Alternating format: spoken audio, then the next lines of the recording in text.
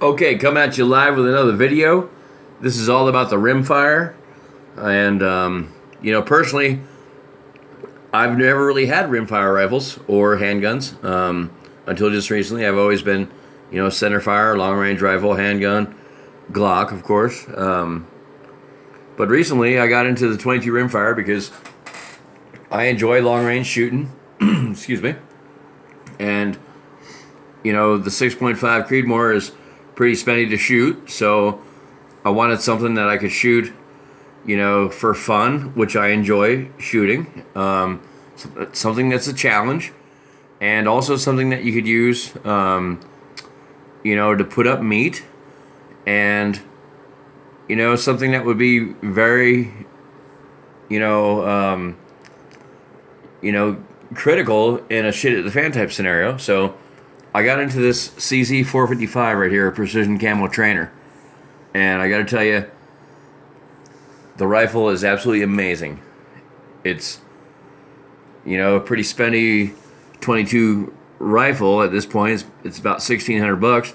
The rifle, the base, the rings, the scope, the bipod, and then you're gonna stock up some ammo, and that's the ammo right there that rifle shoots, the Aguila. So at the same time, since I got the rifle, I figured I'd get a pistol too, because it kind of all happened at the same time. Like, I wanted to get the pistol, then I wanted a rifle, and so I just went ahead and did it. And the pistol is the Smith & Wesson, 22 Victory, which I have some videos out there where I kind of ran this thing down when I first got it because I had a couple issues with it. But they were easily fixed. And then I added the Vortex Venom Red Dot, which has made this thing absolutely incredible. The iron sights are awesome, but the Red Dot has a key feature. I got the Red Dot because I was tired of missing pheasants at long distance, and so that's where we're going to get back to, right now to stocking up meat. I get at least one pheasant a day with the pistol on the road. And then last night, I took this up to a spot where I knew the pheasants were coming out of the slough, and they were going up on a bean field to chow down. And but it's a pretty long shot. Like, I pulled in to the hayfield where they were, and it was 360 yards, which is at least 100 yards beyond this gun's range.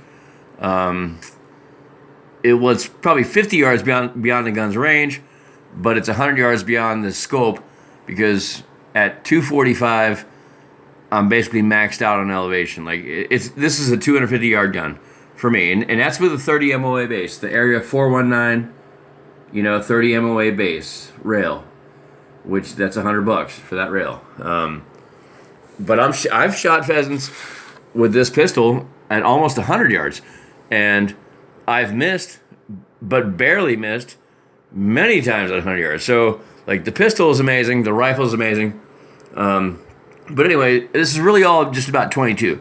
And what I'm telling you is 22 rimfire is, so fun, so cheap, and you can really dial it in, if you want to put the effort in. And when I shoot, out of the pistol, I shoot the Remington Golden Bullet right here. Like, I kind of like that the most, I think. I'm not sure. It's kind of a toss-up between the Remington Golden Bullet and the Federal Target Grade Performance, Auto Match. Both run flawlessly through the pistol. And both work wonderfully in the rifle, around 100 yards, plus or minus. Anything less than 100, the groups are all, you can cover them all with a nickel. But when you start to get out a little bit further, the groups start opening up, and I did extensive ammo testing, which I have videos on that, and I found the Aguila Super Extra to be the premier ammo for this rifle, and I would suppose it would be the same for any bolt-action rifle. And I'm not sure how it's going to function through a semi-auto, so that that's different. The Remington Golden Bullet may function better, but you might not have the accuracy. So all I'm saying is, for the rifle, the Aguila is extremely tight. And, last night I took 2 birds, one at 175, one at 125, which 125 is the zero for this rifle, and missed at 175 and then hit at 180, but it flew off and wounded and flew into the slough, and I didn't have a dog, and I lost it, and I'm sure it's probably by tonight it's probably been cat food already, at that point, because it was a kill shot. You can actually see the bullet hit at anything beyond like 175. You can see the bullet, the trajectory of the bullet coming in and hitting. So it was a good hit, but be that as it may, I missed it, and that's gonna happen, and that sucks when that happens, because I'm pretty much an ethical hunter. If I shoot it, I'm gonna eat it. And same thing happened today though. So but not quite. It's a funny story. I'm going to the farm. I'm going to work in the morning. It's like 8:30, and there's a pheasant on the road. So I pull up and turn to the side a little bit and just barely crack the window down and break out with a pistol. And they can't hear where it's coming from when you're shooting from inside the truck. So took 4 shots. On the 4th shot, I hit it, and this was at least 50 yards, maybe longer, probably considerably longer actually, and it jumped up and flew like they do sometimes, and it was flying through the air, and like all of a sudden just blood just poured out of the thing, and the thing nosedived and just ended up head first in the snow. So whatever happened, like I shot it like below the breast, and it came out through the back, and as it flew off, it must have severed a major artery, of course. And like when I cleaned it out tonight, the liver was like sliced in half. So whatever happened, I must have damaged it, the bones on the hit, and then as it flew off, it just like chopped the liver in parts, and it immediately just dumped, in the snow and was down, and it was clean kill, and that's good meat in the freezer. And right now I got 3 birds in there, and I've been eating birds for the past a month.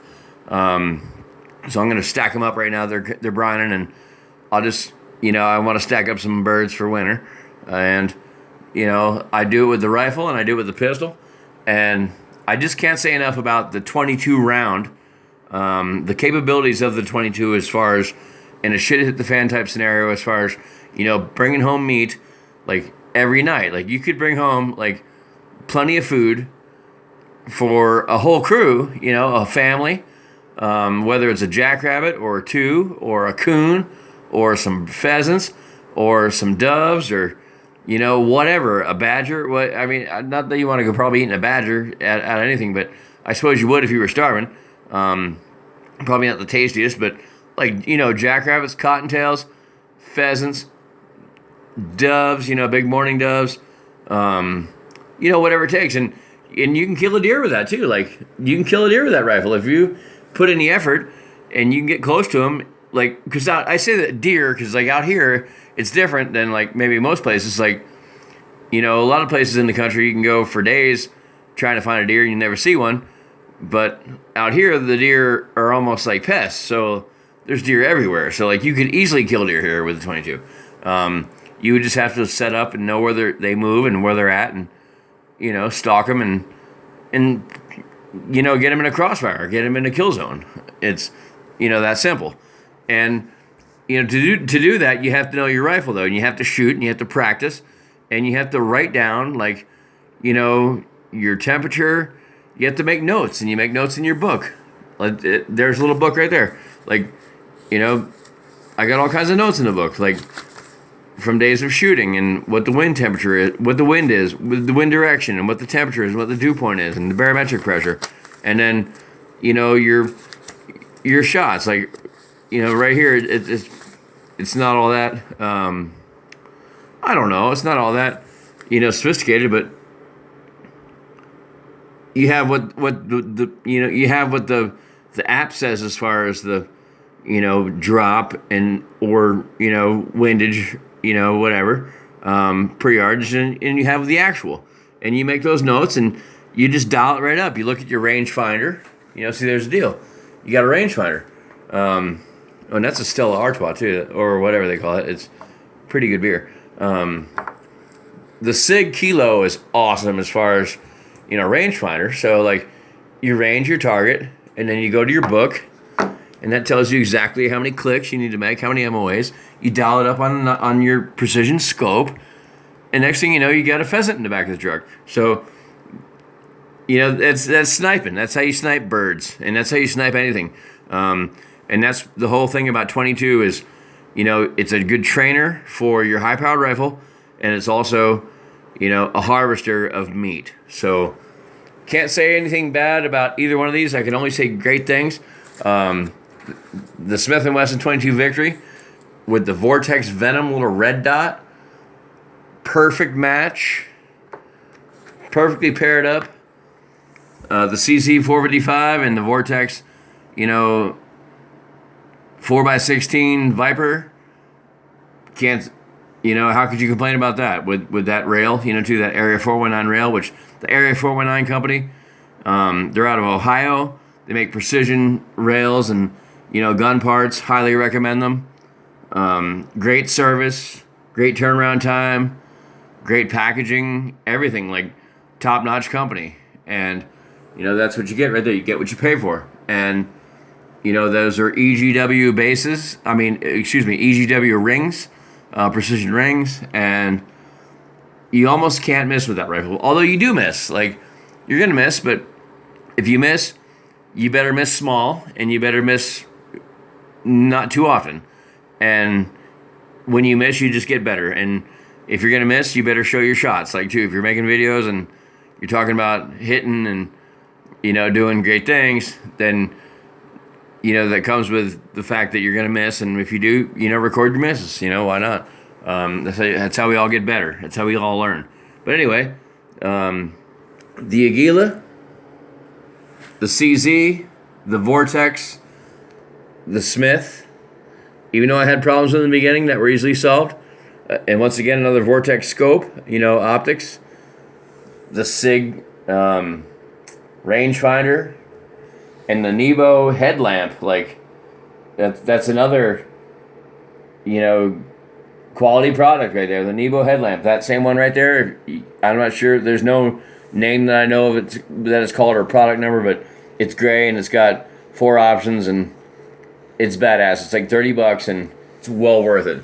And you just put some rechargeable batteries in there all the time, and then the Remington Golden Bullet, with as the hollow point, it's probably not the most consistent, but it runs really good through the pistol, and I think the pistol likes it better than anything else. Although the Federal lead, round nose seems to maybe work better too. I don't know, at some point, like, hard to say. I think the Remington's a little bit hotter.